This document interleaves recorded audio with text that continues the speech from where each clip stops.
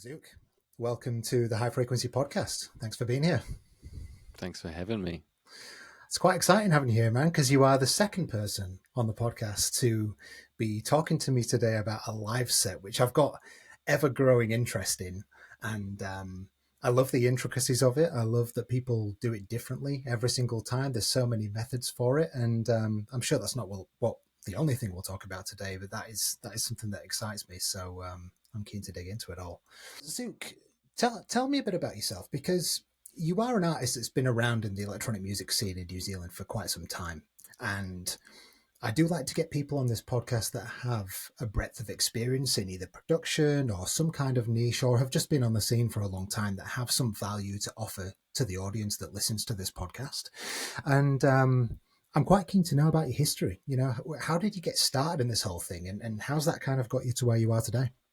I've always done, So I started doing jazz gigs when I was like 14.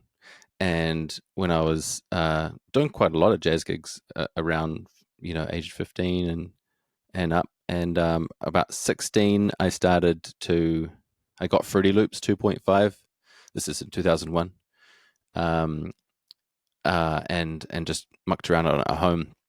My first track I made was like a trance track. I was listening to trance at the time. And oh man, it was slow learning. Like, just like that one time that I figure out that you can just press that key and it does this, or like whatever it is. I didn't have the internet, and it was just like I didn't have any friends who were into it, so it was just like I was just making the worst synthesizer sounds, and I just didn't know how to make it better. But so that's when I kind of like started dabbling, I guess. And then started DJing drum and bass whilst I was still at university doing jazz degree on piano. And that would have been, I would have been about 18, I suppose, 18, 19, 2004. Yeah, started DJing drum and bass. And so and I was listening to electronic music and as well at the time. So I guess a lot of my inspiration for electronic music would have come. Oh, actually, no. What am I talking about? Went back in high school. I was already listening to trance, listening to some heavy hardcore, some drum and bass, just like a bunch of different stuff, and was exposed to that. And started going to gigs. I went to my first rave when I was like 17. It's called Hullabaloo at the Town Hall in Wellington, and Dumond, like a trance duo from Germany, came over, I think, and that was great. And I guess so from there I'd was playing in bands a lot, and the kind of bands would have been like jazz adjacent. So I was doing jazz stuff, but also doing funk and soul, but then also like playing keys for people's like singer-songwriter projects, and then also bringing some electronic elements and then trying to figure out how was I going to I wanted to play some of my beats, but didn't quite know how. And the first ones I suppose I DJ'd because I was playing down at Valve in Wellington, and 2005 it was like a drum and bass weekly on Tuesday nights, and I was resident there for a year, and I started making some drum and bass and jungle and playing it down there. But then I also, I wanted to experiment with playing a bit more, like taking my synths in and stuff like that. And so I think the first iteration I tried was bouncing some drums, producing some drums, bouncing them, putting them on a CD, and then putting that in a CDJ, and then having my Mini Moog for bass and my Jupiter 8 going through my Space Echo for the pads and synth stuff. And that was cool. I remember playing at Sandwiches, and I was playing along, and then after the gig, someone was like, "So, yeah, it was cool. Like, what were you actually doing?" And I'm like, "Oh, like if I stopped playing, it'd just be drums." But it made me sort of realize that, I'm like, maybe I'll try something else. I went through a bunch of iterations, and I got to oh my gosh, my most complicated setup ever. It took me about 2 hours to set up, and it was like I got a MIDI keyboard, maybe 61 key. Is that a thing?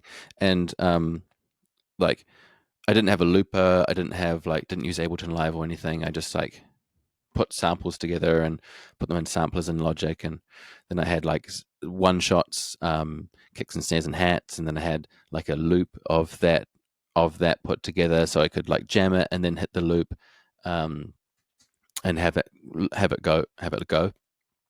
But like I memorized this entire MIDI keyboard and plus 2 octaves that way and 2 octaves that way of like one shots and loops. And I had my like Jupiter 8, my Rhodes MS-20, Mini Moog, Talkbox, amp for my Rhodes, like pedals and Space Echo.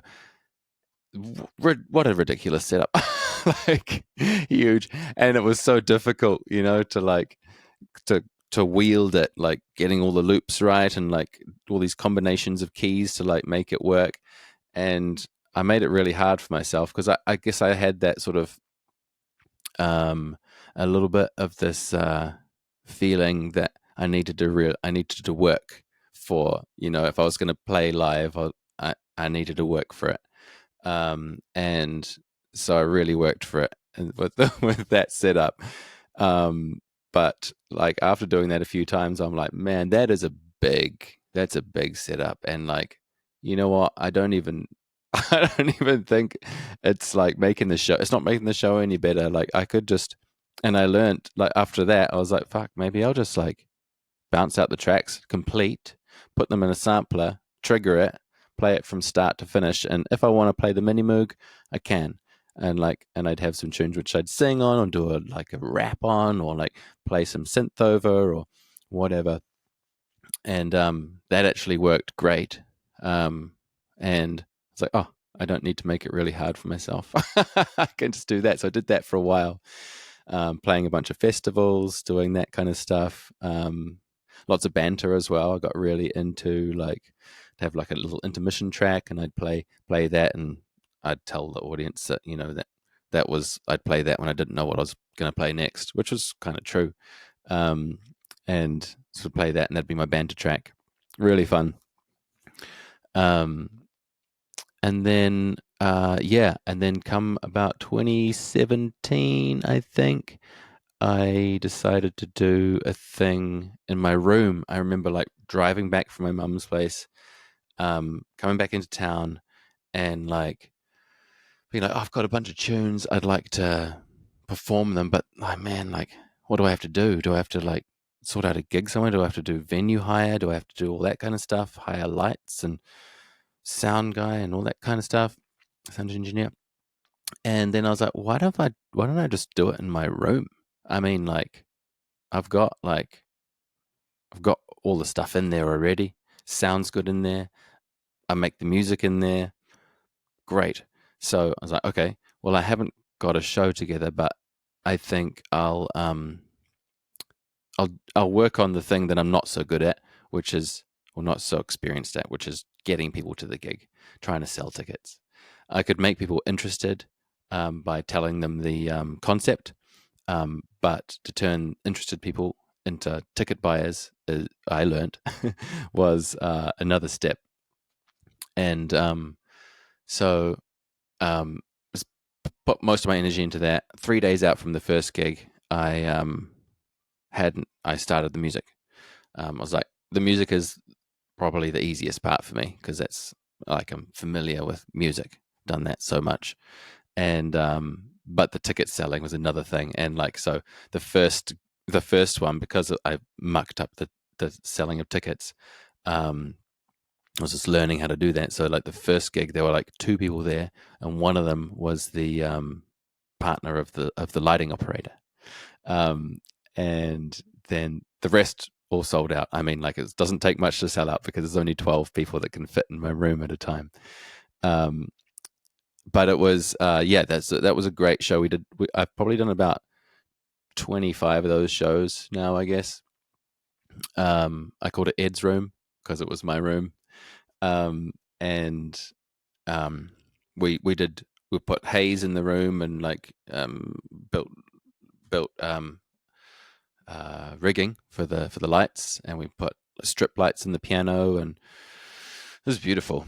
And surround, well, not quite, not 4 channel surround sound, but like just dual stereo, and so it was just all in the room, and it was a really cool, opened a really cool thing.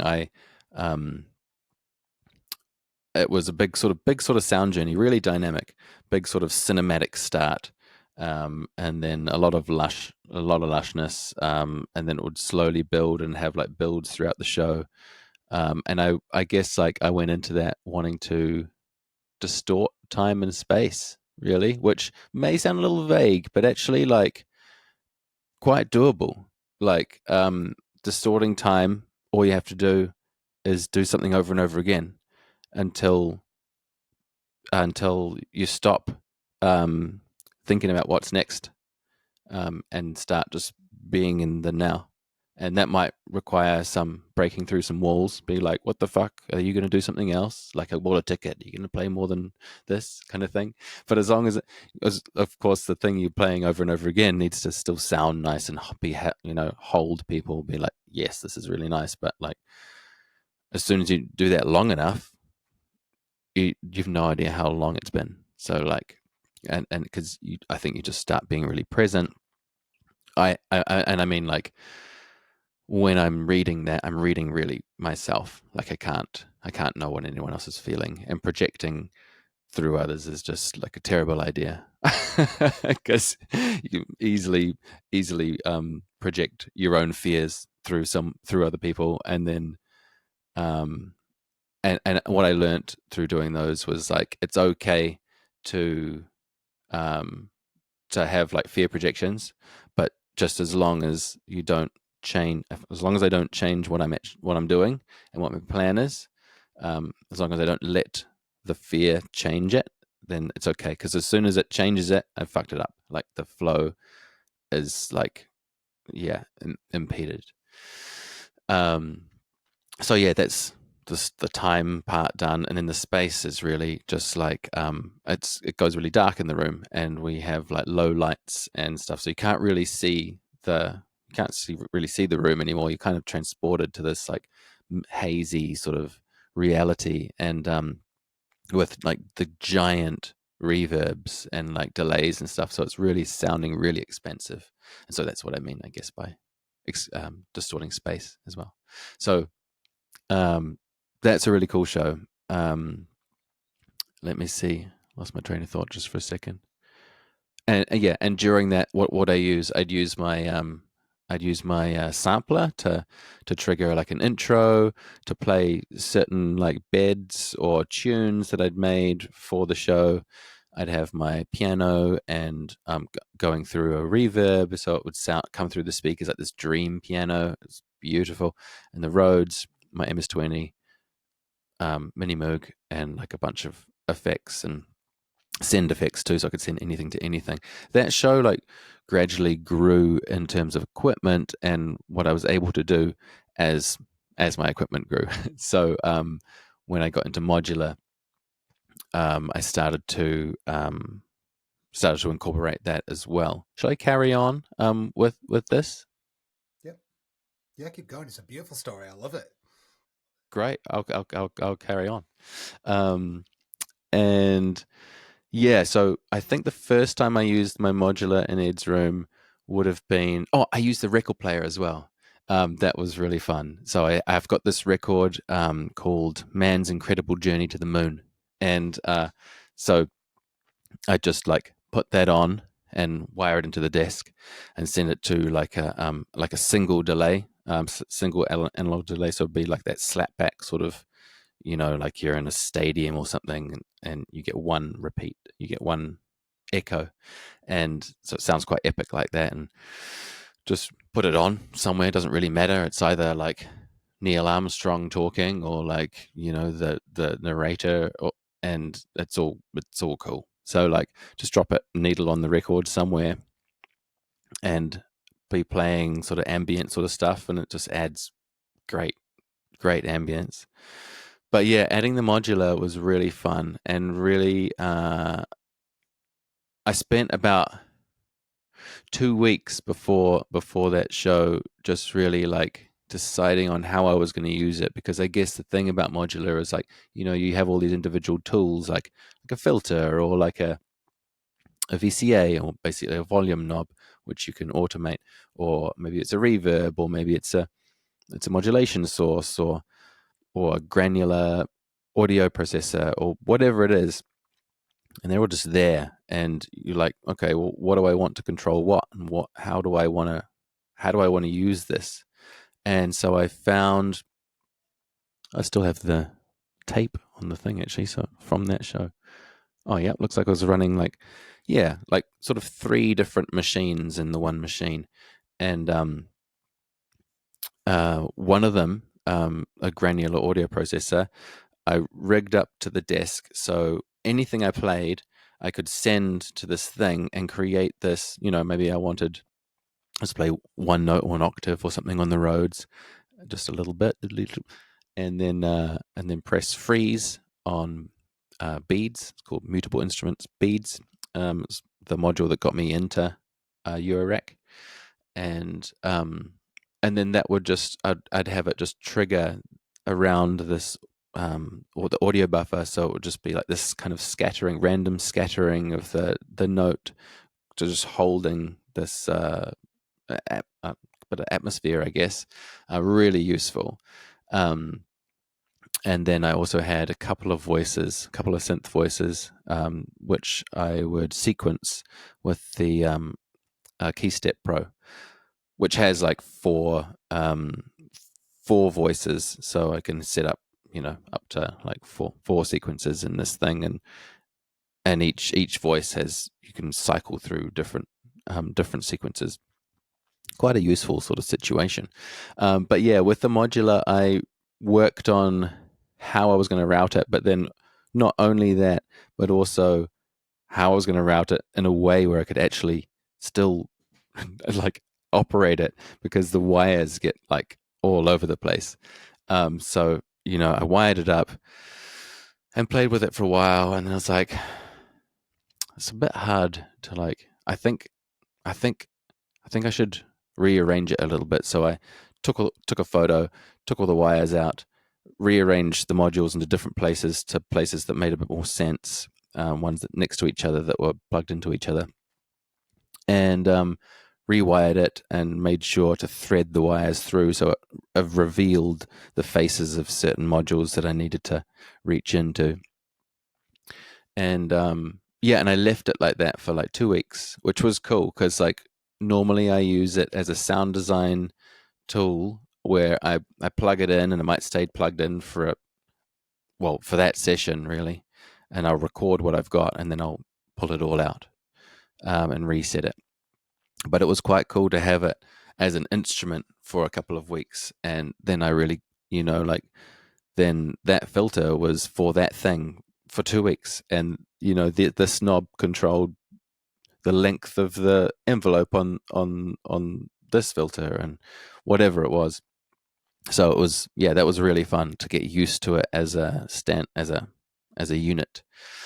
And yeah, when I first did a run through, because I wanted to do like a full volume run through in my room, and I've got might be able to see that red speaker behind me. That's one of them, but I've got a custom Tubbs audio PA in my room, which goes down to 20 hertz and nice and loud, louder than I would really ever want it in my room, which is great, because I could do a full volume run through.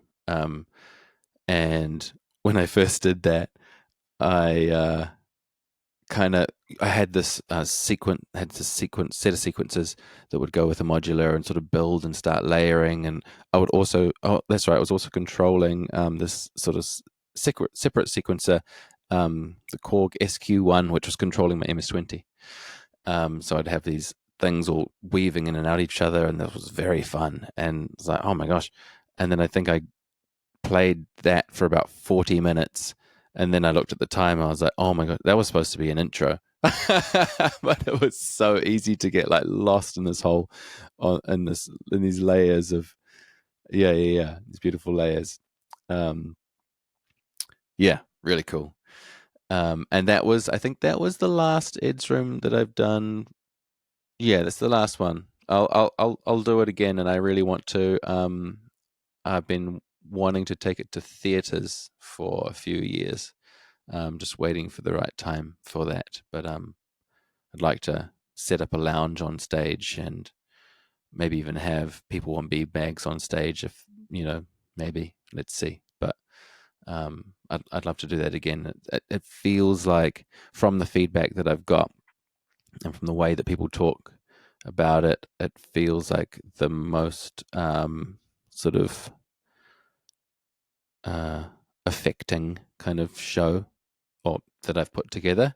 I think it might be like I did deliberately put in like things that would make you how do I say this, like blow your mind. And what I mean by that is that, like, if you go into certain intensity for enough time, a bit more than like people would choose for themselves. But it's held together with a nice harmony. But the timbre gets very intense, um, and if you push into that for long enough, and then drop it out all of a sudden into like very soft beauty, it kind of makes you go like, "What the fuck?" Like, and it does something to us. Um, so I deliberately put a bunch of stuff in there like that, to sort of trigger those feelings, because I love that feeling. I love it when I'm like, "What the fuck was that?" Like, and it has the, you know, if you're in your head about anything, it'll kick you out of it. Like, um. So yeah, I do look forward to doing more of those. Hmm. And in terms of like, I because I guess I'm talking about these live performances, but there's also another whole uh, section of things where section of shows where I'll just play my mini moog and with a couple of pedals, and I've been doing a lot of shows with Dylan C, a good friend of mine who lives in Auckland, amazing DJ, my favorite DJ, and yeah, and I just plug in the mini moog and improvise. Um, and I love that. I think like I'm definitely grateful for following my excitement and curiosity of musics, and that's led me to have spent a lot of time in the band situation and jazz and all that, and coupled with the fact that like my like my organization or my lack, I might not learn the tunes very well, so I'd have to get very good. I could cover it by following the band, so like my ears got quite good doing that. And so there's that whole band situation allowing me to know harmony, have a good ear, and improvise, and then being in electronic music for a long time as well.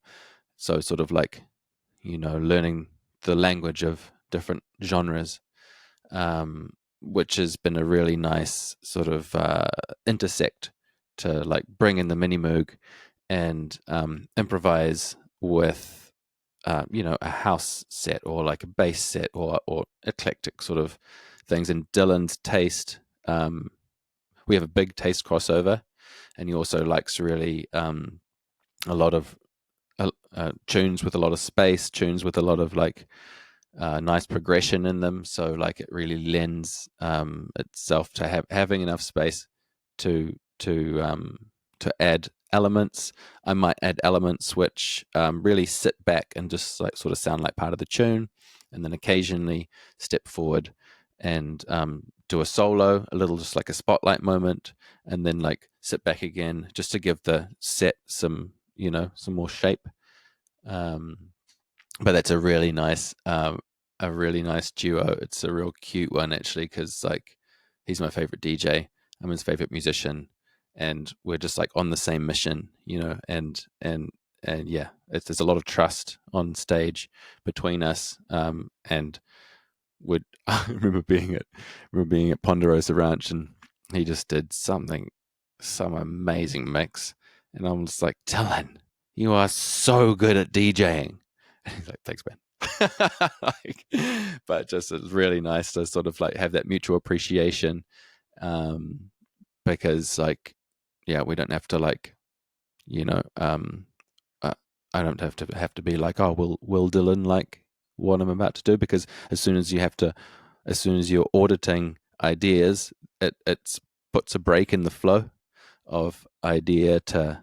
Um, I mean, I guess like we'll probably all know that, or most of us will know that from just like maybe like having conversation, then or maybe you're in a place where you're just feeling a little bit shy or a little bit like and you're like, oh, I have an idea, and you audit it, and then you're like, is that funny? Was that cool? Was that like, is that going to be taken the wrong way? And then it just breaks your flow. And it's the same thing with playing, with improvising. Yeah, yeah.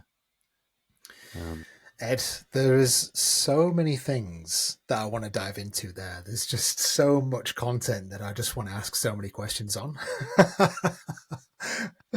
I guess great. I guess the first thing that I found quite interesting and I have a question on is you studied jazz, right? Which is something that not a lot of people can say they've done. And jazz is notoriously known for free flow creativity. And there's no rules, there's no boundaries. It just does what it does, and it is what it is, and you have to accept that. Do you feel that that's allowed by studying jazz? Do you feel that that's allowed you to be as creative as you are and manage to almost stay in that creative sphere for longer than most other people do? Um, so firstly, I like with your comment about jazz. So a lot of the jazz we were playing in jazz school were standards, from jazz from kind of like the 50s and 60s, a lot from around that kind of era. And then it did extend, of course, and we wrote our own tunes, but there was a lot around that sort of like Miles Davis, John Coltrane, um, kind of era.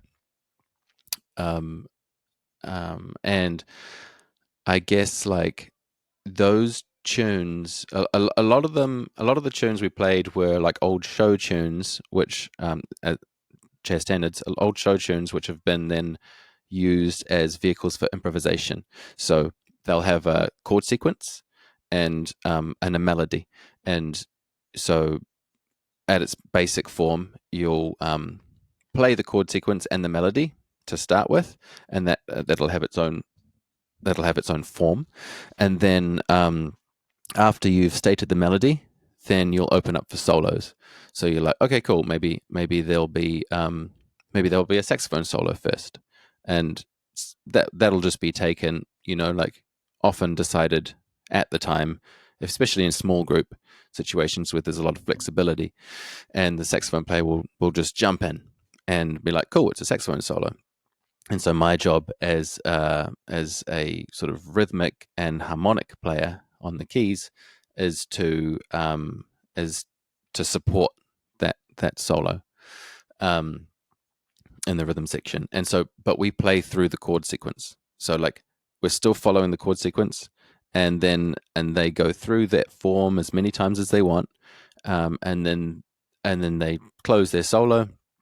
Someone else takes, maybe I'll do a solo, and then I'll also follow that form. But um, yes, you can go wherever you want, and yes, uh,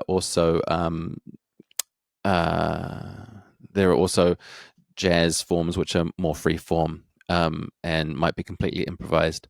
But a lot of it was within form, and might do an intro, or might and I guess like the more experience we got, the more comfortable we were in stepping outside of that and being like, okay, cool, I'm just gonna like play this one chord instead, and then I'm gonna play modally. I'm just gonna play around that, and um, play with tension, play with release, play with different colors over this one chord. That's really fun, and it can really sort of open up the form, and yeah. So there is form in it, and in terms of a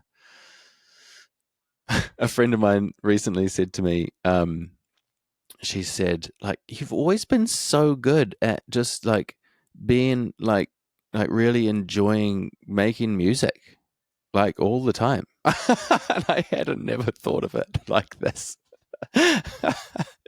And I think one thing that has helped me stay interested is anytime I would start to feel a bit stagnant, I would do something that would push me into a discomfort. So, like, I don't remember what was happening just before I did my first Ed's Room show, but I do remember that being a time of pushing into a new realm, something that I hadn't tried before, something that was like, it wasn't even like going to a venue and playing music. It was inviting people to my room, selling tickets to come to my room to, to play a show. So that was like really different in a lot of ways.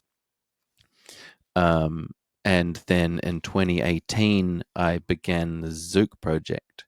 And that was another sort of, oh man, actually, you know what? Like in 2015, I received this custom mixing console, and what I mean by received is for that 9 months prior to that, I'd been working with Greg Bryce of eclectic on the design of this console, and so it was this 9 month project, um, and great. That was a great time.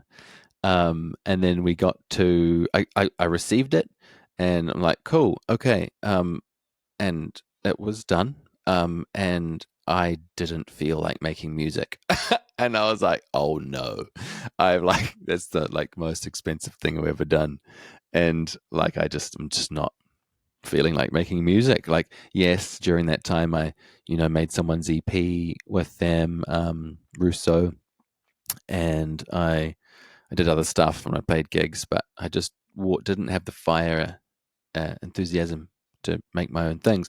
So I felt bad about it too. I remember like people being like, "Hey man, how's it going?" And I'd be like, "Oh, you know what? Like, I feel demotivated and I feel bad about it. How are you?"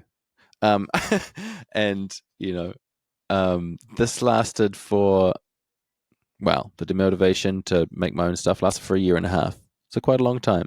I found acceptance with it, um, and which was great because then I was just skateboarding and hanging out with friends and doing gigs and whatever, and it was exactly the same as before, but I just didn't feel bad about it. But yeah, so I got this desk, and yeah, okay, sweet. So I had that whole spell of like not wanting to make music, and then I heard about this party. It was going to be on the, what's it called, the boat cafe or something down near Freiburg Pool. Yeah, and I don't know, I can't remember exactly what I'd heard about it, but I thought to myself that it sounded like a party that I wanted to be at, um, and ideally play at. Um, but like in the time leading up to that, I was playing with Trinity Roots at the time, and we were at a lot of festivals, and then like late night there'd be like big bass music sort of situation, and I've always really enjoyed low sub, shaking my flesh. Like, I just love it, and really excites me. And so I was like, I think I want to, play some music. I think I want to make some music, which does that. Like, great. I want to make some bass music, whatever that looks like. So, yeah. Then this party popped into my awareness. I didn't know who was putting it on. I didn't know anything about it, but I decided to myself. It was in 3 weeks. I was like, I want to play that party, and I want to play at 2 a.m. on the main sound system because I wanted to make late night music. I'd been playing Explore, like doing my beats and like synths and stuff, doing a lot of daytime slots and playing up until midnight. But like it didn't feel like I had the music for after midnight. So I was like, okay, I want to play this party. I want to play this time on the main stage, and but I don't have the music for it. So I better make the music for it, and I better start now. I don't have the gig, but like the worst that happens is I make a bunch of music. I don't get the gig. I have a whole bunch of music. Great. So I started making, and but also going out at night and like going to laundry and talking to people and trying to figure out how I could weasel my way into this gig. And I found that Craig from Laundry was providing the sound system on the main in the main room, and he was like, "Oh, I'll put a word in for you." I'm like, "Cool." I'm making a bunch of jungle, basically, and bass music. And he's like, "Cool, okay, I'll let them know." So that went by, and about 10 days into the process, and this was like me like staying up till 3 in the morning, waking up at 6 a.m., being like, oh, I could put like an amen break in the second drop. That's gonna be sick. And like, no, Ed, go back to sleep. Like, it's not healthy. You need to sleep. And then lie in bed till 7. I'm just like, I can't sleep. I just think about this amen break. It's gonna be great. So then I just get up, be on my computer again, doing more, making more, and making so much so quickly because I had to make an hour's worth of music. Well, more than that because it's going to be DJ'd in 3 weeks. And yeah, so where am I? Yeah, 10 days in, I saw Craig and he was like, I saw you on the draft lineup. I had no idea how all this happened. And it's on the main rig at 2 a.m. on the Friday night. I was like, what the fuck? Awesome. I didn't tell him about the 2 a.m. part. It just sort of happened. Um, and yeah, I was like, okay, well, okay, I better go home then because I've got some work to do. And then carried on going. A lot of the stuff I was making was quite derivative of, like, I had to make so quickly that like I wasn't about to reinvent the wheel. I just needed music and I didn't even consider that I would buy tunes and DJ them. So I was drawing on my knowledge from drum and bass days. I was drawing on old like jungle, or like I think of Metalheads, the label, or I'd think of Caliber, Fire and Water, a particular tune, and like take the rhythm of the bass line and then sort of like make another thing and then like just go from there, or like think of Digital and Spirit and think of certain aesthetics and sort of like run with those.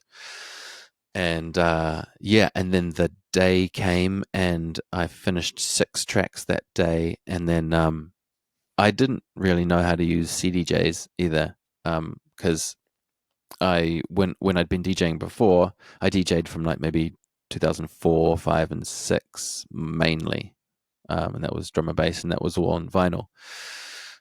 So I'm coming back in 2018, having not DJed for a long time, and also using CDJs, which I didn't know how to use. I didn't know how to use Recordbox. I didn't know how to get the BPM readouts. I didn't know how to loop or set cue points. So I made the tracks as I was used to records being, with like longer drum intros, so I could beat match. And yeah, so I basically played it kind of like a vinyl set in terms of technology. I just knew how to select the track, press play, and change the pitch. But it was super exciting. I mean, what? Like all this new music. I didn't even remember making some of it because I made it so quickly. I remember like halfway through a track called "The Portal," which is actually up on Spotify. There's this like Rasa's Kitchen, this like Rasta guy who like cooks chicken and cooks all sorts of food, and he narrates it, and then up online there's this like free sample pack called Rasa's Kitchen, and it's got all these like sound bites of him, and I used this one called that said "mix it up like this, man." And it was like he was just mixing some chicken or something. I think, and you could hear the sizzling of the pan. And so he says, mix it up like this, man. And then it's like switches to a whole nother uh, drum pattern with a different drum kit and a different bass sound and a whole different, and another melody thing comes in. And I'm just like, I didn't remember making it at all. And that happened, big switch. And I was like, whoa, this is sick. I like don't remember doing that at all. Um, so, which was great. Like just being like surprised by my own things. I was like, that's actually, that seems like it's taken a lot of work. There's a lot of work that's been gone into that, but like I just don't remember doing it because I did so much so quickly. And that was the birth of the Zuke project. And funnily enough, like I think it was like during that week they were like, oh, we need a name and a bio and a sort of situation. And I was like, oh shit, I'm gonna have to come up with a name, like and I'm gonna have to write well, shit, by tomorrow morning. So I wrote a massive list of names, sent it off to friends, and got them to help me. I needed to have some help with this, and one friend in particular was particularly ruthless and took out everything that was easily Googleable, like as in like it would show up with a bunch of shit. And he was like, "There's no point, as you should be searchable on Google. It should show up with your name, not like a bunch of other stuff. Like if you're going to call yourself digital nowadays, and then Google digital, it's like how's that going to work? But but yeah, then the ones that the names that were left over were derivative of my last name. So I came up with the sound that I liked, and then I spelt it a couple of ways, and I sent those spellings to some friends and got them to voice note back to me how they would say it. And then I landed on the spelling through that. And I was like, cool, that's the name. Zuke, Zuke, like Luke, not Zook, because Zook came back as Zook, like look. I'm like, nope, that's not it. So, um, and so I just got the one that had the highest hit rate from what I sent out. And then I sent a little bio to a friend who back in drum and bass days for me was putting on gigs and writing those bios and like kind of dramatic bios and like in the genre. And I was like, cool, man, hey, here's some information, can you do a bio? He's like, sounds like a Wikipedia article. I'm like, yeah, exactly, that's why I want you to do something. And he's like, cool. So he wrote like a kind of stylized bio for me and put that together with the name, like, there you go, there's the thing. um, so that was kind of like how it was, how that project was born, and I've sort of stuck with that for like quite a few years now, like 6 years.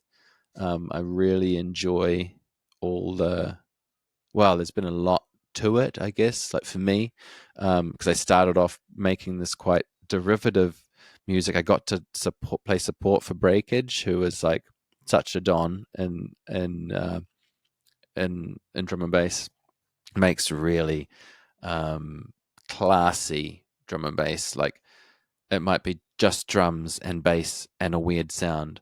That's it for, or just drums and bass for a lot of it, and it just sounds so good. Like, um, yeah, great. Anyway, so I was super stoked to play support for him 3 months into the project. Um, and yeah, and since then, because I was making more, I guess before that, making more like melodic, harmonic, lots of synthesizers, keys, all sorts of different sort of textures and tones in there. And so since that initial sort of more derivative start, which had more sounded more like your classic jungle stuff with my, I guess it can't help but be a bit of my flavor, but like starting there, and since then it's really morphed in with my sort of love for harmony and melody and textures and yeah, and layers. And I've actually got an album coming out in, I think it'll be coming out in October.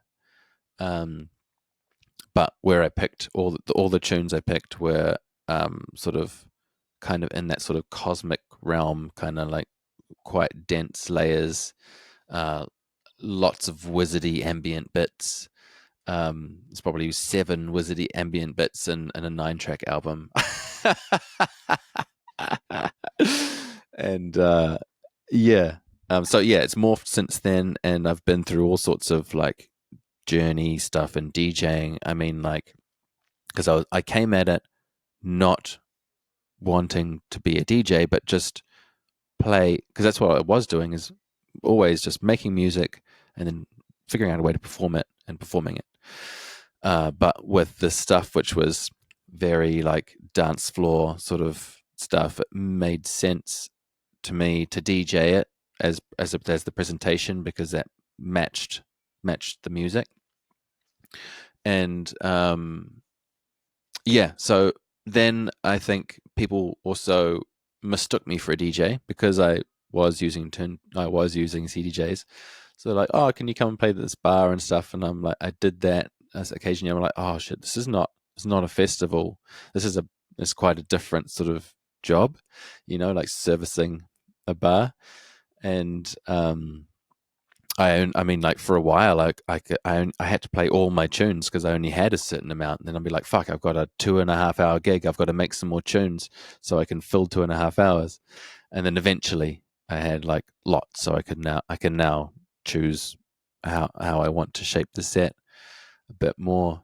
But like at some point at Kiwi Burn, Paige, a friend of mine, she asked me to play a set at her camp and not play any of my own tunes as like a sort of, you know, let's try that. So that was like, okay, cool, okay, better.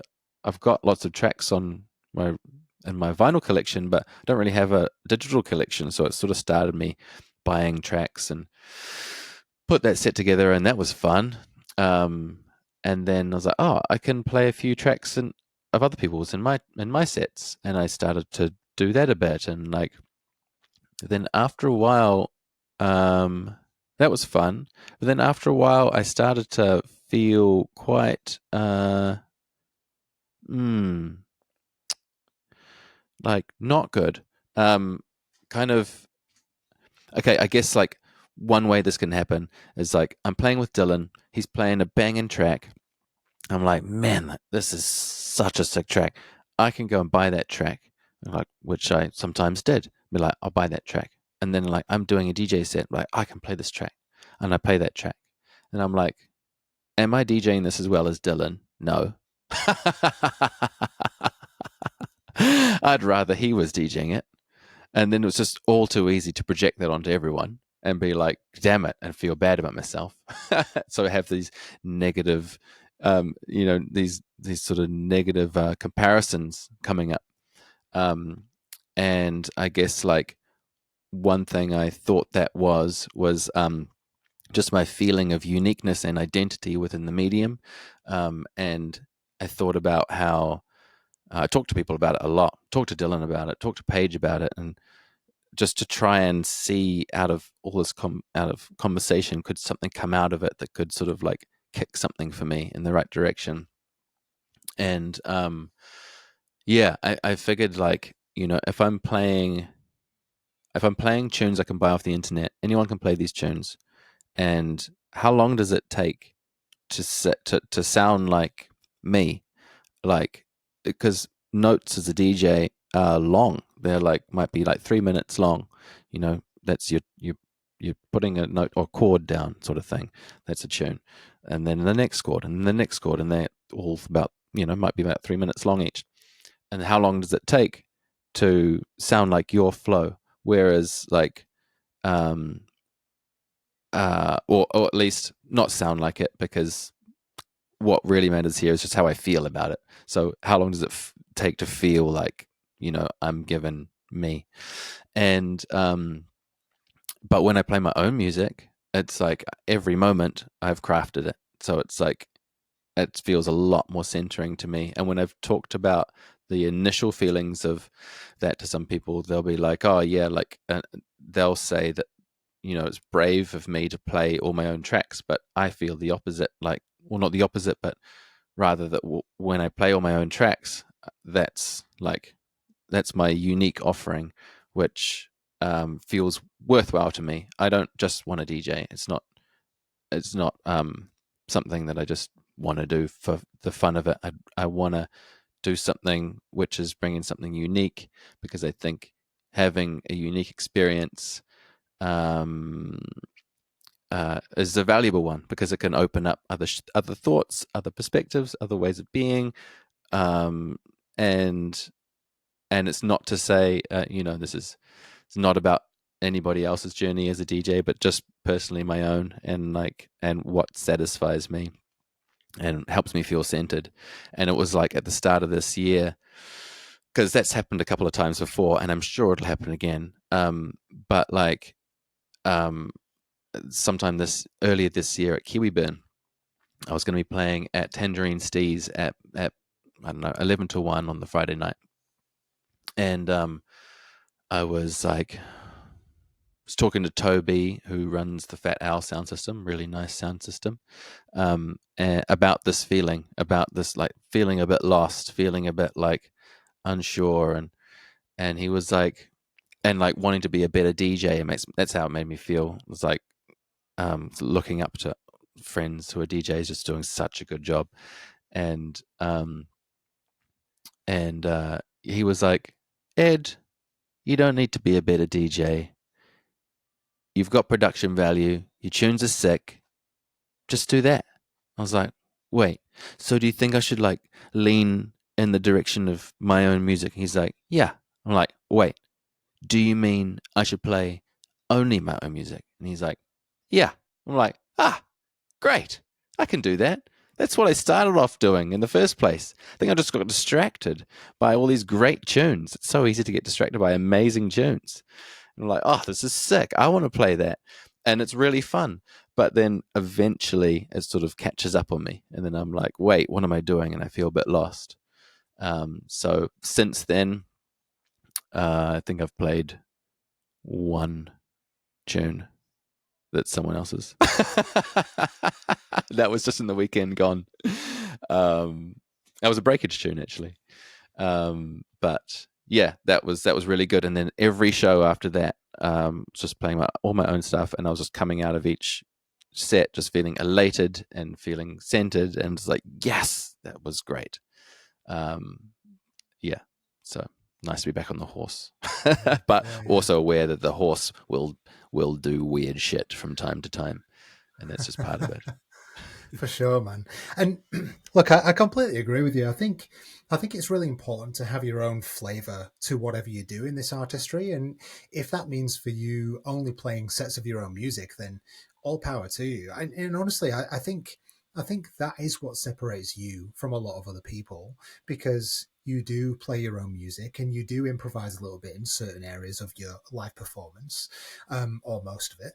And most people who, I mean, you must know this now. Every single person on the street is a DJ, and they've got all these digital tunes, and they've got all the digital tunes off Beatport that everybody else has got, and it kind of gets a little bit boring after a while, and it's kind of just like, God, I just want to see someone perform live. I just want, at certain points, it's made me want to go back and see actual bands play as opposed to just DJs, because that that tells me, hey, look, they're invested in playing an instrument. They're actually committed to playing their own music, because it's quite rare to see cover bands these days.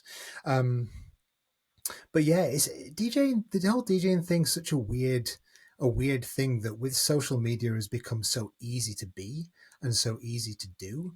It's funny, actually. I saw a post today. Someone shared it on Instagram, and it was a guy basically talking about how there's a whole group of people online talking about, we need to create culture again in the electronic music scene. And then he was basically explaining how, well, if you just were out in the culture as opposed to moaning about it online, you would be creating culture just by being in the culture. And I thought that was really valuable. And I think that's the whole thing about kind of, hey, go and support live artists, go and support DJs, go and actually be in the scene, as opposed to, you know, creating this whole DJ brand for yourself online, but never actually going out and being part of the scene itself. Um, so yeah, I found that quite interesting. But Ed, it's listening to you speak. it's very evident how passionate you are about music and creating experiences for people. And something that really resonated with me, going back to something you said earlier on in the conversation, you said to me that you wanted to create this performance where people got lost in time. And I think something that I experienced when I started to get into electronic music when I was younger is that I would go to a club, and at some point in the night, I forgot what time it was. And then the next thing I know, it's 8 o'clock in the morning. And those are the kind of nights where you have been fully present with the music and you've had no choice, you know. And yeah, okay, there may have been narcotics in the process as well, but at the same time, you're there for the music, right? And I think if you're creating something like that and you're creating those experiences for people and it is somewhat improvised live and it's your own thing, I think that's absolutely beautiful and unique. And there's not a lot of people doing that in New Zealand. So absolutely all props to you. On that note though, what on your, because you did say earlier on that your live set was very, very heavily complicated when you were younger, playing at Sandwiches, for example. God bless Sandwiches, by the way. I miss that place. And how has it evolved and what does it actually look like now? So, for example, when you played at Shipwreck this year, you obviously played it with Dylan, but then I think did you do a set on your own as well? Like, what did your live set look like in that performance? Yeah, so those things I'm actually just doing.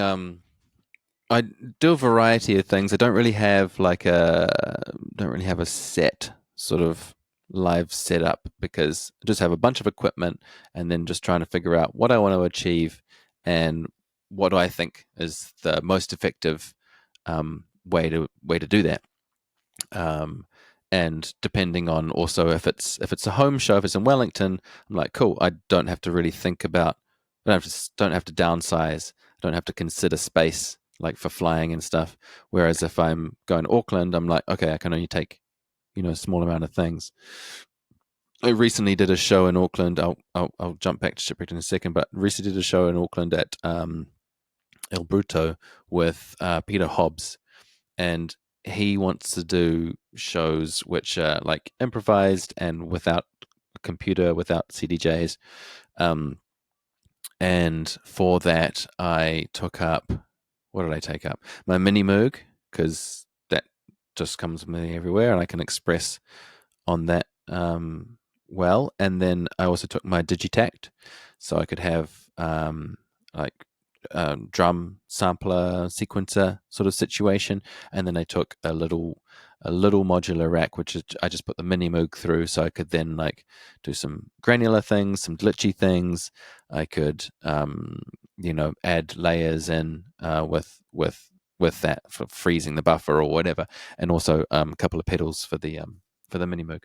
So that was like a nice small setup, compact setup. Um, and then Peter had his stuff, and we sort of amalgamated the lot, and we did a full live set doing that. But when I played at Shipwrecked, and a lot of the time when I'm playing playing my bass music, I'll actually just DJ. I've made the tunes at home. I'll DJ, but I'll have my mini Moog on the side. And like it's a funny thing because like when I'm playing with someone else, when I'm playing with Dylan, say, my full focus is on listening to the music, and I'm in conversation with the music with the mini Moog. Sometimes I don't want to say anything for a few tunes because that's great just as it is. Um, and but that full focus on that part. Whereas when I'm DJing, I might be like, oh yeah, I want to play over this breakdown. I love the chords, so I'll like play over the breakdown, and then it'll drop the second drop. I'm like, oh, it's still fun to play. I'll just keep playing for a bit, and then I'm like, oh shit, I've got to choose the next tune. So I've got to leave that mini Moog, even though I would like to keep playing it, and I've got to go back to the CDJs and be like, hey, what am I going to play next? Because most of my well, all of my sets are freestyled to some. I'm not sure what order I'm going to play things in, or even what I'm going to play. For instance, in Nelson, I was just with um, played in Nelson at DeVille, and I thought I'd play a bunch of dubstep because I've been loving a bunch of the dubstep I've been making, and Um, and I didn't touch dubstep at all, which I haven't done for a long time in a set.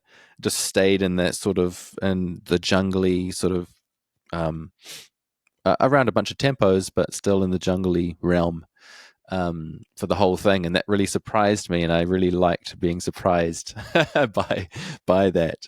But having the mini moog is great. I started to, I can't remember when it was, but I decided that I would always take, as long as it was reasonable to do so, take my mini moog to the shows that I was DJing as well, because like I really like it. It's like, it's also a point of difference. It's like I can, it allows me to do, I can do an intro on that. I could do like a nice outro. And I just really like that touch, and and it's something that I can do, and I might as well, because I really like it. um, What Ed? What happened with the Mini Moog recently? Because didn't that get stolen or something? Or did I see that, or am I wrong about that? no, you're correct. So in January 21st, I think, was when my van got stolen. And my Minimoog was in it. Um, and so that was gone. And yeah, and then I was like, yep. Um, that was a really interesting thing, actually. Like, it was, yeah, it was an interesting experience. There was a lot of interesting things that came out of it. Like, um, the news spread far and wide and quickly, and you can imagine the conversations I had over the summer festivals.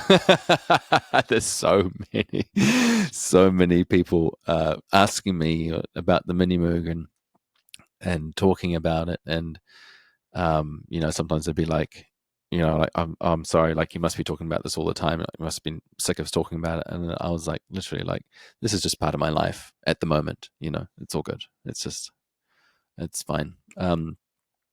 But it was interesting noticing, yeah, noticing a lot of things, like noticing how people would approach me about it. And I noticed, I guess, noticing a lot of projection, sort of layers of projection of how I felt about the mini moog, how I felt about it being stolen. And I think what was often happening was, like, I think it's quite natural for us to relate what's happened to someone to something that we can sort of draw some parallels to that's happened to us. So it's like, oh, like, I had this thing and it got stolen. This is how I felt. So must be how you feel.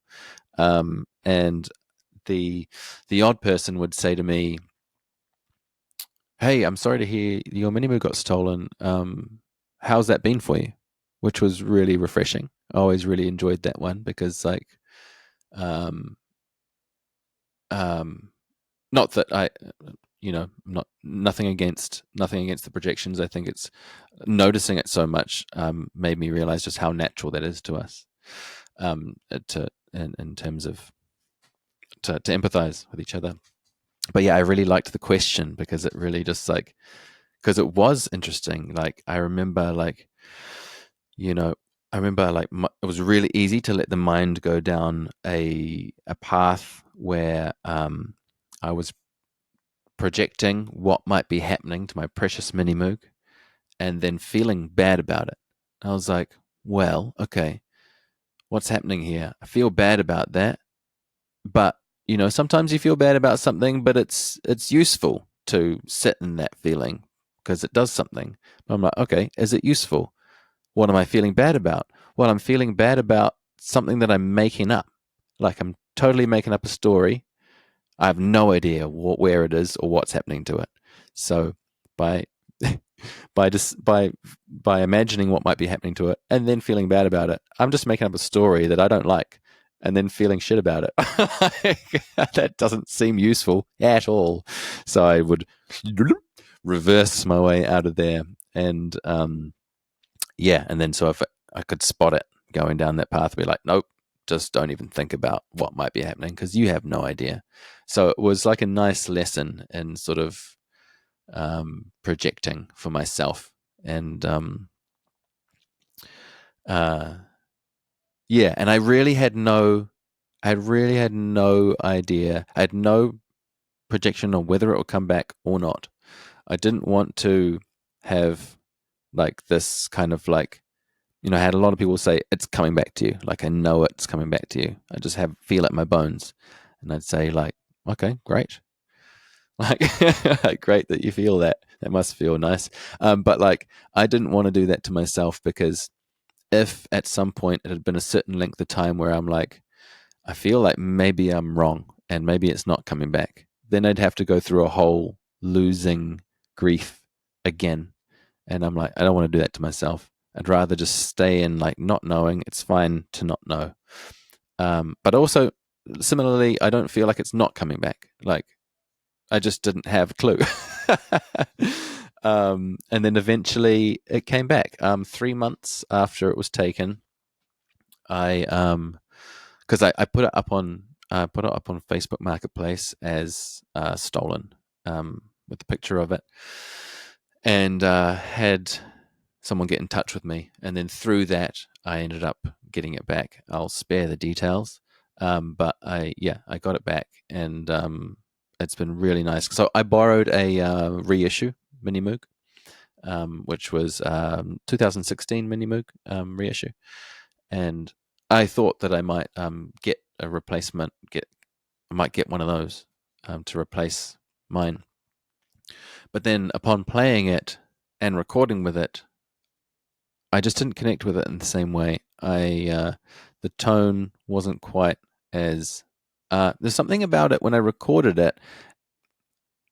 It didn't quite sit in the mix as well as my 1976 Mini Moog. Like when I record that, it seems to just sit in the track really nicely, and then I can do any kind of EQ and color stuff that I want, but it's already sounding nice. Um, and but I found with the reissue, I needed to do a bit of like saturation just to try and sweeten it and try and just like sit it back into the track and massage it into place, before I started doing those other things. And even then, it didn't sound as good as like just if I just record my old one straight away. Also, I realized how valuable um, familiarity with the instrument was, because all the knobs are in different places for the same effect. Like the filter opens slightly differently. Like on the envelope times will scale slightly differently as you turn the knob. Um, and all these like little differences over the whole thing meant that like when I was soloing on, or performing on the reissue, I was less likely to reach into the knobs and change stuff, because I was less certain about what it would actually do if I did that movement. Is it going to do the thing that I want? Um, Whereas with mine, the familiarity is so strong that I can look at it when it's off and kind of know what it's going to sound like. So that enables me to just free flow, improvise the not only the notes but also the tone and timbre of the instrument. To yeah, it's really expressive once you know it really well. But that's when I realized how valuable it was to have that one, the one that I've had since 2009, because that was a thing that enabled me to express. Um, yeah, I'm not sure how. Oh, yeah, that's right. You asked about the mini moog. Well, I mean, you obviously had an emotional attachment to that mini book as well. You had it for so long, you produced so much music on it, you'd used it in so many performances. It would have, subconsciously or consciously, you would have had some kind of attachment to that anyway, even if it's just knowing it back to front. Which actually leads me to an interesting question, which I know a lot of people will probably ask, because there are a lot of newer producers that listen to this podcast, and I guess myself, I produce fully in the box right now, and I do have the Arturia version of the Mini Boog, and I do have the VCV rack, which is a replica of the Euro rack, and I use both. Well, I use the Euro rack. What's it called? Emulation quite a lot, just Hmm. for making Yep. strange, interesting textures and sounds. Um, this is a question that I like to ask people who work both in and out of the box. Do you think there is a significant difference between the way these virtual instruments sound and the real life thing? And if so, have you used both? And how do you feel about, um, I guess, the differences, if there is any? Mm. Yeah, In terms yeah, of sound, I mean, in terms of sound, not playability, of course. yeah, yeah. Well, um, I might talk about both because I feel like that is relevant because like the sound. Okay, so I haven't actually played a Mini Moog software thing for a Mm. really long time, but I have in the past. Um, I I couldn't tell you what the differences were in terms of Eurorack because I have VCV Rack as well and I used it a bunch for a bit, and I haven't opened it for a while, although it's there, and I like to think that maybe I will use it sometime. um, but I think the when you have an interface in front of you, where you know it's a physical interface, it's designed in a way to um, I mean, like, okay, sorry, I'm jumping around a little bit here, but I was in the rock shop and I played the SEO1. It's like I think it's SEO1, the Roland Boutique series, the tiny keyboards. Oh, I'm yeah, not sure yeah, if you've seen those. yeah. I have seen those. Yeah. Cool. And the SEO1, I think it's called that. It's kind of modeled off the Studio Electronics um, synth, where they took the Mini Moog oscillator board or some of the boards from the Mini Moog, I think. Anyway, limited knowledge on that, but whatever the interface is just like a mini Moog with a few extra features, but it's small. It's like really compact. And I was like, oh, okay, here's a synthesizer that I'll probably be able to use. I know this layout. I know kind of the way it's gonna function. So I plugged in some headphones and I like had a little play on it, and I noticed after a little while that I'd like loaded up a preset and I'd played it, and then I'd loaded up another preset and I'd played it, and I loaded up another preset and played it, and I was like, this is not the synth for me. Like, if it's not inviting me in, then like, yes, you can get fiddly, and yes, you can be like, oh yeah, turn that and turn that, and I'm going to get something what I want, but it wasn't wasn't inviting, and the mini Moog is the knobs are spread out in a way where it is really inviting. It's easy to reach in quickly and throw a knob, and so even and then when you've got software, you're using maybe you're using a MIDI controller and you've mapped stuff, or you're just using a mouse, and so you're then moving something one knob at a time, and sometimes those knobs, as you know, like interact with each other. So yeah, so I think like the playability is a massive part for me because to have an instrument which you can reach in and twist stuff that is inviting to do so leads you to create or leads you to explore more, at least in my experience for me, leads me to explore more and discover all sorts of things. So then like I think that becomes even more important than the tone that the tone that you're getting out of it is that you'll experiment and you'll play with it because it's fun to do so. And I find with Eurorack hardware, I find it really it's engaging because I'm like, okay, I'll set up like a basic signal path, maybe an oscillator and a filter and a VCA and an envelope or two and maybe some modulation, and then be like, oh, maybe I'll set up a macro and I'll, when I turn that knob, it'll mult out to like three different parameters, and then I'm playing it. I'm like, oh, what if it did this? And I'm like, oh shit, what if I could have like my volume pedal. Oh yeah, I can use my volume pedal as an attenuator, and I can run 10 volts into it, and then I can come back to the mult, and then I can split out to three other things. And now when I tip from heel to toe, it's changing.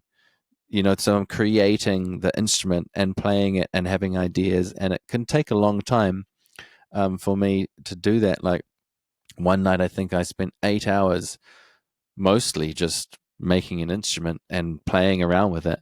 But it was like super fun, really energizing. I think like even the physicality of moving around, grabbing more cables, plugging them in, all that kind of thing, and like, oh, I'll just go get that pedal, come back, plug it in. I think that keeps me energized, as well as the engagement with the instrument. And then I also have this like finite um, resources. I have what I have, and have to figure out how to make it work with what I've got. Um, so yeah, I think there's a lot of elements about hardware for me, which is just more fun and playful. Um, Having said that, I make a lot of stuff in the box as well.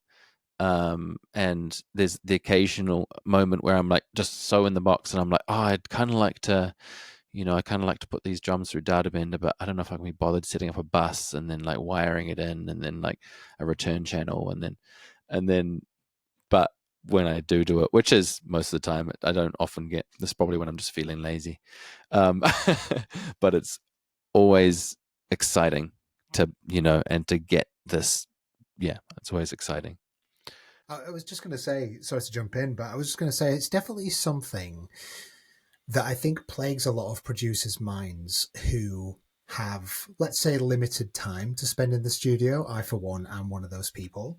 And also cost and money as well, which I do realize, because for me, kind of like you, Ed, the tangible element of playing with an instrument, tweaking the knobs in front of you is very, very appealing. And I know that would increase my levels of creativity should I do it. However, the time that it would take me to learn that instrument, modular, for example, I know that it can sometimes be a bit of a bottomless money pit with all the modules that you can explore, and it'll take a long time to learn it. And I think sometimes, and I'm guilty for this, I sometimes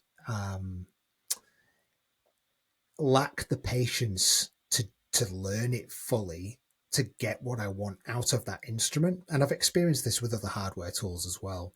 So the reason why I asked that question is because I knew that you would provide a spin on it that no one else has provided.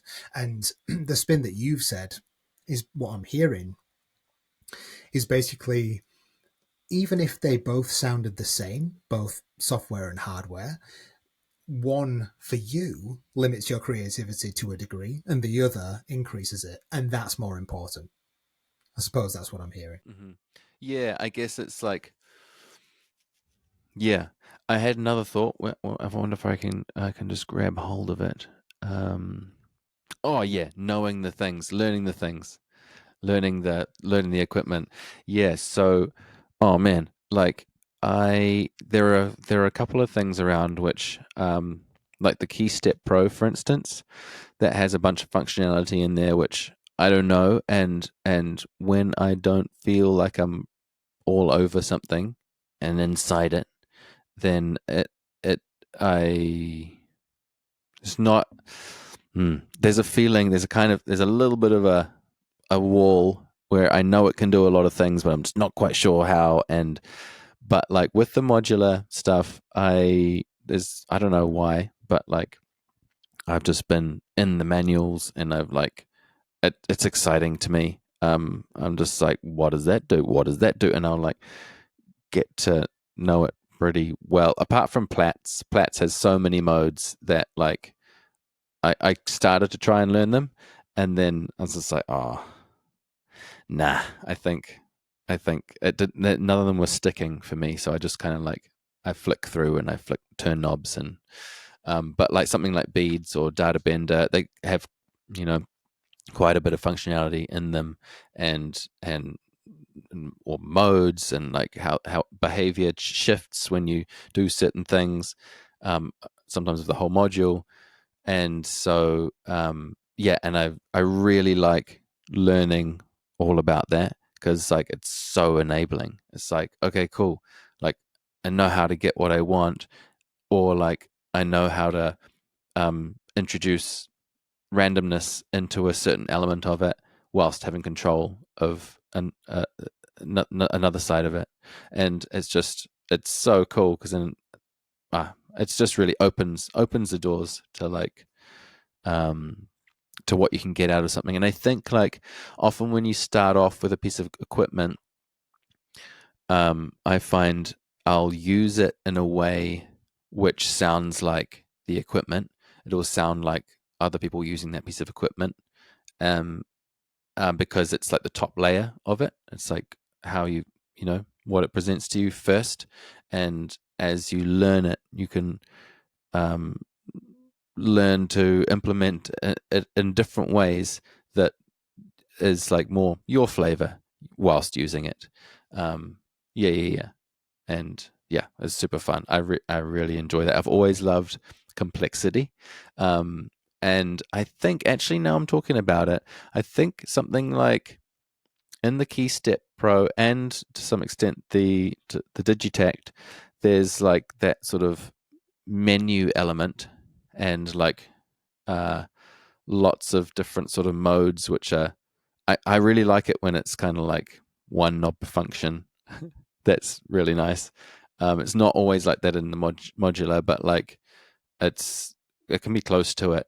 Um, and I always have really enjoyed that. And when there's hidden functions, it can be harder for me to sort of get my head around. I've never been not been interested in the synthesizers where it's like where there's like pages behind each knob where you like you know that one knob does so many things depending on where you are, and it's just not immediate.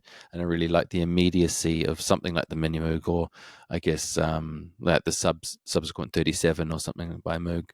Um, yeah, stuff where it's like it's right there in front of you. Yeah. I think what I'd really like to do, Ed, is because I personally think that so many people who listen to the podcast would actually benefit quite heavily from listening to you maybe explain in depth a lot more about your music production journey and how that's kind of evolved, and maybe dive into each one of your instruments a little bit and how you use that for music production. I'd really actually like to get you back on for another episode to talk about that, because we can sit here for hours and talk about this stuff, because I'd love listening to you explain it all. But I think sometimes um, when you get lost down these rabbit holes, 3 hours can go by, and then it's too Mm-hmm. long for an episode. So we've been going for 1 hour 24. So I'm going to ask you. I know it's crazy, eh? Honestly, it feels like we've been talking 45 minutes. So I would like to know, and just to sort of round out the conversation, because I've obviously got you on here because you are a unique force in the electronic music scene, and there has to be some advice that you can give, whether it's warranted or not, to the younger generation of up and coming performers in this scene, whether they be DJs, whether they be live performers, whoever they are. There's obviously um, a fight, like I mentioned earlier on, to be unique in this niche of electronic music. If you have any advice, what would that be to that next generation to be unique? What would that be? Mm, yeah. Well, I mean, like, I guess like this will depend on your our individual outlooks, hey, and like our but like for me, um I've always just followed what excites me, and if I'm getting too comfortable, then I'll push into an area uh which is a bit scary, but like just to reinvent, um you know, just to switch it up for myself to make it exciting and interesting again.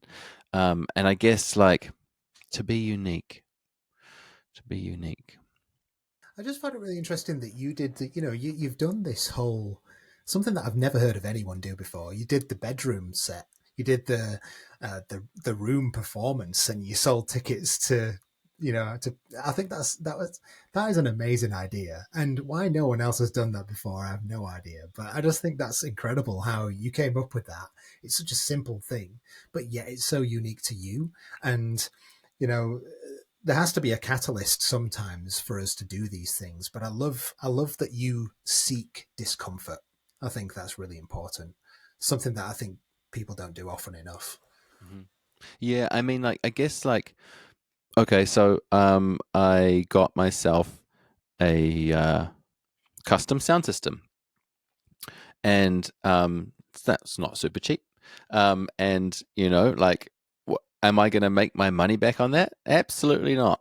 Like, why did I get it? Because it's super cool. Because I want to get shaken by 24 hertz, and I want to be able to turn it up in my room, just be like, hell yes.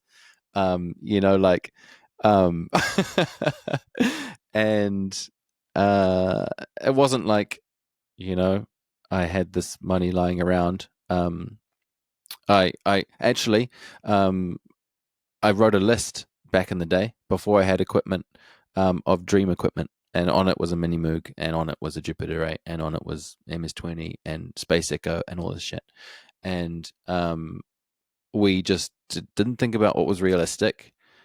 We just thought about what our dream stuff would be, and I didn't buy anything that was like, as a musician income, didn't buy anything that was imitating those things, and any, not imitating, but like, just falling short of my ultimate dream. Um, because I figured that would be more expensive in the long run, because then I'd buy more than one thing. so, so I just stuck out. I mean, I was looking for a Mini Moog for 5.5 years before I found one at a price that I could afford. Um, and yeah, and I guess, like, for me, when I open the case of the Mini Moog, I look at it and it excites me. And everyone's different. Like, I talked to another keyboardist friend, and he was like, "Why don't you just get a Nord? They're so useful, so easy." I'm like, man, I just don't want to spend $6,000 on something that doesn't excite me. Like, it's super useful, yes, but like, it just doesn't. I just don't get excited about it. And he's like, "Why do you need an instrument to excite you?" And I was like, "Oh, of course, we're all different people, aren't we?" Um, but like, if I can open it up and it just, like, it's not even on yet, and I'm like, "Yes, this thing." That's valuable to me. Like, I do follow a lot of, like, what excites me. I follow, like, what's like, fun and play, and if and find a way to make something playful or fun, because that gives me energy to keep doing it.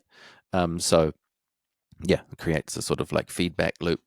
And I think if you're following what excites you, rather than maybe trying to emulate something that you're hearing, um, then it's gonna be unique. It's gonna be your particular mix of things, that yeah. And of course, like, are we trying to? We're not. None of us are really making anything that no one's ever heard before, in terms of, like, it's not like completely unique. Like, it's got some drums in it, like, it's got a bass line, like, it's got like elements of that, and it's got elements of that, so it's all an amalgamation of stuff. And even if you're like, okay, I'm going to take some inspiration from this tune, and this element, and then build on that, it's still going to be your version of that. But yeah, I think for me, following excitement, following, like, enthusiasm and all that kind of stuff, and playfulness really helps me. Yeah. Yeah, yeah. And yeah, and I think that's some really, really valuable advice. And I think, even people who have been in the industry producing music for years and years and years can still inject more playfulness and more excitement into their process. I for one sometimes experience being far too methodical with this whole music thing, and music should never be methodical. I mean, don't get me wrong, there's parts of it that are by nature, but I think when you find that playful nature and when you find something that excites you, that's when the real music's made, and that's when real timeless stuff is created. So I completely agree with you, man. I think that's a beautiful way to put it, and a really really beautiful way to end the podcast as well. And Ed, like I said, I'd love to have you back on because I could honestly talk to you for hours about this type of stuff, and I really do feel like, you know, a nice deep dive into production and gear and stuff like that, which is something that we've never really discussed on the podcast before. It's usually, you know, a bit more, I guess, lighter topics, but I know there's people out there that would want to hear that, especially from someone with your kind of experience. So we'll have to get you back on at some stage, but it has been fantastic. Cool. I'd love that. Yeah, no, I've loved the conversation. Mm. It's been great, honestly. It really has. Just to sort of, you, like I said earlier on, and for anyone who's listening to this right now and or watching this on YouTube, you can see Ed's passion for music, and you can see that it's almost encapsulated every facet of his being and his life, and you can really see that. And I think that's beautiful because there's not a lot of people that I come across that feel that way about music these days, because music is by nature quite disposable these days. You know, there's so much digital stuff out there that's just very kind of, yeah, throwaway type stuff, and it's around for 1 week and not around the next. But something really unique like Ed's music, you know, it can't be lost and it can't be disposable because it's its own unique entity in a sense. So if any of you get to see some of Ed's live shows, I would really recommend you go and see him. And Ed, what have you got coming up in the future? Because you said you'd like to bring the the bedroom project back. Is that going to be in the near future? What have you got coming up? Yeah. So what I've got coming up is a my first album as Zuke. So that'll be released with Loop, and which is a New Zealand label. Been going for a long time, and yeah, so that'll be released. And I haven't booked any shows around that, but there will be something, you know, a celebration of some sort. In terms of Ed's Room to theaters, that's a longer form thing. I guess like part of that is that like we're currently or we have been in a bit of a lull in terms of ticket sales for a while. Um, yeah, and so like I want to sort of wait to see how that stabilizes or what happens um, before before going down that path. Um, and yeah, but yeah, I mean, like, man, I can't believe it's spring so soon, and like, what? Years just seem to go faster every year. Um, so yeah, it'll be summer before we know it, and yeah, I'll be back at a bunch of festivals, I'm sure. Um, but yeah, I'm really happy to be sharing some music coming up. Like I've been kind of wanting to for a long time, but then I always get distracted by making new tunes. So it's nice to have it finally like on the train tracks. It's gonna happen. Yeah, yeah. So looking forward to sharing a bunch of music with people. Yeah, it should be everywhere, and digitally, um, and like you know, all the providers. Um, and yeah, I've also just got like a whole bunch of other music which I really want to share. So I'm looking forward to releasing that, celebrating that, and then like maybe doing another EP started next year at some point, just to like keep it, just get some stuff out there. Yeah, yeah. Fantastic. Yeah, that's great. I will link all the SoundCloud if you have one, Instagram, Facebook, everywhere that people can find you. Obviously, I'll grab all that stuff off you and I'll link all that in the description of this podcast and the description of this YouTube video if you're watching it on YouTube. And yeah, look out for Ed's album later on this year. I'll be definitely looking out for it. I'm sure it'll be a journey and a half. So I'm looking forward to listening to that. And Ed, it was a pleasure. Thanks for coming on. Really appreciate it. Yeah, thanks for having me, man. Really appreciate it. We're looking forward to part two. Yeah, same.